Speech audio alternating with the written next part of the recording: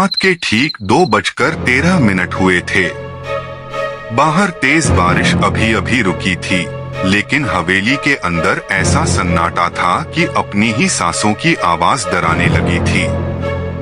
रोहन अपने दादा की पुरानी सुनसान हवेली में पहली बार अकेला रहने आया था। गांव वाले उसे बार बार एक ही बात कहते थे, ऊपर वाली छत में रखा आईना कभी मत खोलना, क्योंकि वह सिर्फ चेहरा नहीं, आत्मा भी देखता है। रोहन इन बातों पर हंस देता था। उसे लगता था कि भूत प्रेत जैसी कोई चीज नहीं होती। लेकिन तीसरी रात अचानक पूरी हवेली की बिजली चली गई। चारों तरफ घना अंधेरा फैल गया। तभी टक टक टक किसी के दरवाजा खटखटाने जैसी आवाज अटारी से आने लगी। रोहन ने हिम्मत जुटाई और सीढ़ियां चढ़ने लगा। जैसे ही वह ऊपर पहुंचा, अटारी का दरवाजा अपने आप चर्रर करके खुल गया। अंदर एक बड़ा सा पुराना आईना काले कपड़े से ढका हुआ था। तभी उसके कान के बिल्कुल पास किसी ने फुसफुसाकर कहा, आखिर तुम आ ही गए। रोहन घबराकर पीछे मुड़ा, लेकिन वहां कोई नहीं था। डर के बावजूद उसने आईने से कपड़ा हटा दिया और अगले ही पल उसकी सांसें रुक गईं। आईने में उसका चेहरा नहीं था, बल्कि एक छोटी लड़की खड़ी थी, जिसकी आंखें पूरी तरह काली थीं। रोहन तुरंत पीछे मुड़ा, लेकिन वहां कोई नहीं था। फिर उसने दोबारा आईने की ओर देखा। अब लड़की मुस्कुरा रही थी और अगले ही पल वह आईने से गायब हो गई। अचानक पूरी अटारी जोर जोर से हिलने लगी। बक्से हवा में उड़ने लगे।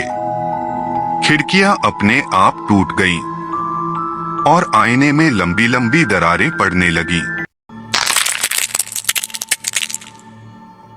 उन दरारों के बीच से एक सफेद डरावना हाथ बाहर निकला।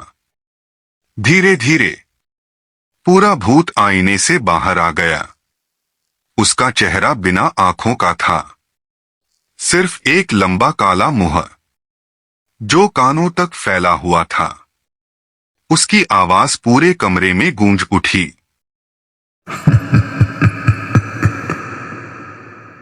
मैं हूं काल दर्पण। मैं घरों में नहीं रहता। मैं इंसानों की आत्माएं शिकार करता हूं। रोहन भागने लगा, लेकिन सारे दरवाजे अपने आप बंद हो गए। भूत ने अपनी उंगली उठाई और उसी पल समय रुक गया। घड़ी की सुइयां थम गईं। बाहर गिरती बारिश की बूंदें हवा में ही रुक गईं। रोहन का पूरा शरीर पत्थर बन गया। वह सिर्फ अपनी आंखें हिला सकता था। भूत उसके चारों ओर घूमते हुए बोला, मेरी पहली शक्ति, समय को रोक देना। फिर उसने रोहन के माथे को छुआ। अचानक रोहन अपने सबसे बड़े डर में पहुंच गया। चारों तरफ सिर्फ अंधेरा था। हजारों लोग मदद के लिए चीख रहे थे, लेकिन किसी की आवाज सुनाई नहीं दे रही थी। भूत हंसते हुए बोला,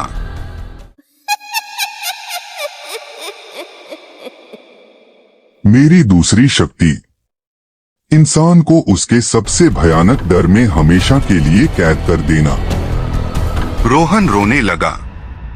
वह रहम की भीख मांगने लगा, लेकिन भूत मुस्कुराया, अभी मेरी सबसे खतरनाक शक्ति बाकी है। उसने आईने की ओर इशारा किया और अचानक रोहन की परछाई आईने से बाहर निकल आई। वह बिल्कुल रोहन जैसी दिखती थी, लेकिन उसकी आंखें लाल थीं। भूत बोला,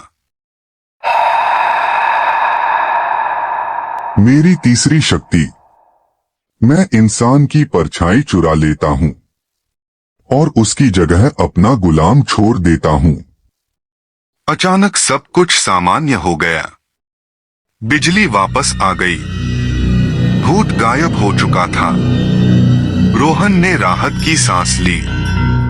उसे लगा शायद यह सब एक सपना था। वह नीचे भागा और ड्राइंग रूम के आईने में खुद को देखने लगा, लेकिन आईने में रोहन नहीं था। वहां वही भयानक भूत खड़ा था और उसके पीछे रोहन की परछाई मुस्कुरा रही थी। अगले ही पल आईने से दो काले हाथ निकले। उन्होंने रोहन को पकड़ लिया और उसे धीरे धीरे आईने के अंदर खींच लिया। उसकी आखिरी चीख पूरी हवेली में गूंज उठी। फिर सब कुछ शांत हो गया। अगली सुबह पुलिस हवेली पहुंची। उन्हें रोहन का कोई निशान नहीं मिला, सिर्फ वही पुराना आईना जो फिर से काले कपड़े से ढका हुआ था।